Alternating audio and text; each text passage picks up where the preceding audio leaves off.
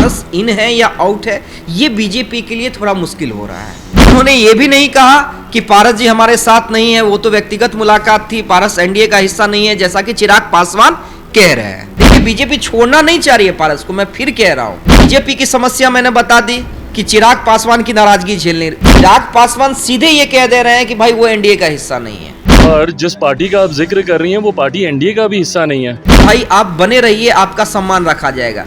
लेकिन अब चिराग इस सम्मान को रखने के लिए भी तैयार नहीं है। अगर वो ऑफिशियल ये कह देते कि नहीं नहीं भाई पारस जी हमारे मजबूत सहयोगी हैं, तो हो सकता है कि चिराग पासवान, बीजेपी ये चाहती है कि दोनों परिवार फिर से एक हो जाए। चिराग पासवान देखिए, इस पूरे मामले में बीजेपी से कोई बात नहीं करने जा रहे हैं। चिराग पासवान क्यों करेंगे? चिराग पासवान ने अपनी मंशा जाहिर कर दी है। वो नहीं चाहते हैं कि पारस या उनकी पार्टी की एंट्री एनडीए में बनी रहे। मुलाकात को उन्होंने सीधे से इस बात को खारिज कर दिया कि कोई भी राजनीतिक बातें हुई हैं। नमस्कार, आप देख रहे देशवा न्यूज, आपके साथ मैं हूं राजनंदिनी। चिराग पासवान ने कहा कि पशुपति पारस एनडीए में है ही नहीं। बीजेपी के नवनियुक्त प्रदेश अध्यक्ष पशुपति कुमार पारस से मुलाकात करने जाते हैं आधी रात को। ऐसे में हमने दिलीप जायसवाल जी से बातें की और उन्होंने इस मुलाकात का राज खोला। अब सवाल ये उठ रहा है कि क्या पशुपति कुमार पारस एनडीए में इन है या फिर आउट। इस पूरे मुद्दे पे सीधी बातचीत करेंगे अमित झा सर से। क्या कुछ कहना चाहेंगे? पशुपति कुमार पारस से मुलाकात करने जाते हैं दिलीप कुमार जायसवाल। जी निश्चित रूप से देखिए, दिलीप जायसवाल गए थे मुलाकात करने के लिए, और खुद आप जब दिलीप जायसवाल से बात कर रही थी तो देखिए उन्होंने कुछ स्पष्ट नहीं कहा है।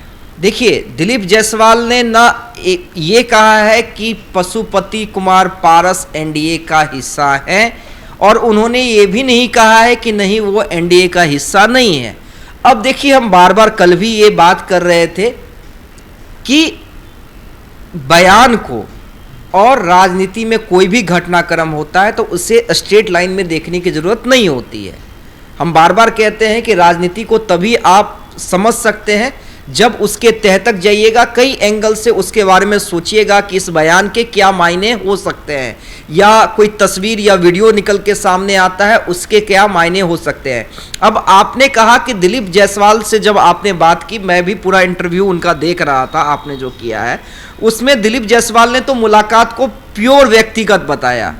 उन्होंने कहा कोई राजनीतिक बात नहीं हुई है, पारस जी हमें बधाई देना चाहते हैं थे, चूंकि वो पारस जी हमारे भी सीनियर रहे हैं, पुराने नेता रहे हैं, तो ये अच्छा मुझे नहीं लगा कि वो हमारे पास आए, तो मैंने उनसे जाकर मुलाकात की, उनका मान बढ़ाया, उन्होंने भी मुझे बधाई दी, मैंने भी उनको सम्मान दिया। तो मुलाकात को उन्होंने सीधे से इस बात को खारिज कर दिया कि कोई भी राजनीतिक बातें हुई हैं। अब दूसरा सवाल आपने किया था कि पारस इन है या आउट है। उन्होंने ये भी नहीं कहा कि नहीं उन्होंने ये तो नहीं कहा कि भाई पारस जी हमारे मजबूत सहयोगी हैं और हम आगे आने वाले दिनों में उनके साथ काम करेंगे। उन्होंने ये लाइन नहीं कहा। उन्होंने ये भी नहीं कहा कि पारस जी हमारे साथ नहीं है, वो तो व्यक्तिगत मुलाकात थी, पारस एनडीए का हिस्सा नहीं है, जैसा कि चिराग पासवान कह रहे हैं। अब सवाल उठता है कि ऐसा क्यों? हाँ, दिलीप जायसवाल ये जरूर कह रहे हैं कि सभी परिवार के सदस्य, उन्होंने नाम नहीं लिया, मतलब सभी में चिराग और पशुपति पारस भी आ रहे हैं, दोनों आ रहे हैं। अब समझिए इस बयान के मायने और मतलब। अब मायने और मतलब हम समझाने की कोशिश करेंगे।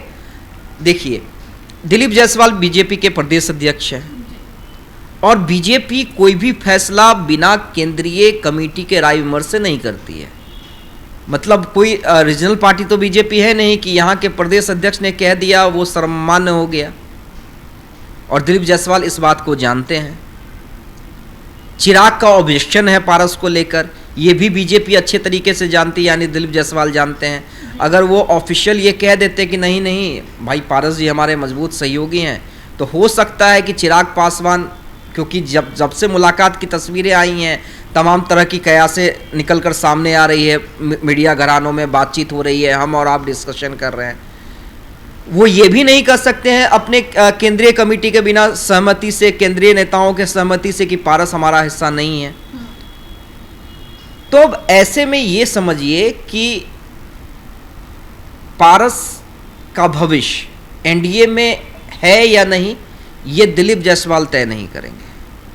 ये तय कौन करेगा? नरेंद्र मोदी तय करेंगे।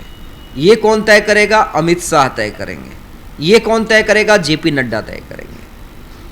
और ये तीनों नेता क्या चाहते हैं, इसको लेकर अभी तक स्थिति स्पष्ट नहीं हुई है। चूंकि पारस गए थे, लगातार आपने देखा होगा कि पारस एक बार वो गए भी थे जेपी नड्डा से मिलने के लिए, दिल्ली में पारस मिले थे, लेकिन उसके बाद भी स्थिति स्पष्ट नहीं हुई। अब बीजेपी ये समझ नहीं पा रही है कि पारस, क्योंकि देखिए पिछले लोकसभा चुनाव में भी चाचा भतीजे को मिलाने की बहुत कोशिश हुई थी राजनंद ने। कई बार हमने खबर ब्रेक भी किया था और उसके बाद ऑफिशियल बयान भी आया था। जो केंद्रीय गृह राज्य मंत्री हैं आज के भी और उस समय के भी थे, नित्यानंद राय, वो चिराग के पास भी गए थे, वो पारस के पास भी गए थे और उन्होंने कहा था कि कोशिश कीजिए, बीजेपी ये चाहती है कि दोनों परिवार फिर से एक हो जाए, लेकिन पारस नहीं माने। उसके बाद चिराग और भी ज़्यादा नाराज हो गए। उसके बाद चिराग हाजीपुर को लेकर अड़ गए और उसके बाद आपने देखा कि चिराग को ना सिर्फ हाजीपुर मिला बल्कि 5 सीटें भी मिली और पारस थोड़ा दरकिनार कर दिए गए। उसके बाद नाराजगी, तमाम चीज़ें, फिर एनडीए में बने रहना विनोद तावड़े और जेपी नड्डा के आश्वासन के बाद। तो अब जो स्थिति है वो ये है कि अभी आप ये कह सकती है ना पारस इन है, आप ये नहीं कह सकती हैं पारस एकदम एनडीए का हिस्सा है, क्योंकि ये पारस भी जानते हैं कि अगर 1-2 महीने में स्थिति स्पष्ट नहीं करेगी बीजेपी तो उन्हें कोई बड़ा फैसला लेना होगा, उन्हें तैयारी करनी होगी, जमीन पर जाकर तैयारी करनी होगी ताकि वो दूसरे गठबंधन के साथ जा सके। और पारस आउट भी इसलिए नहीं है क्योंकि बीजेपी अभी तक खुलकर बोल नहीं रही है कि पारस हमारा हिस्सा नहीं है।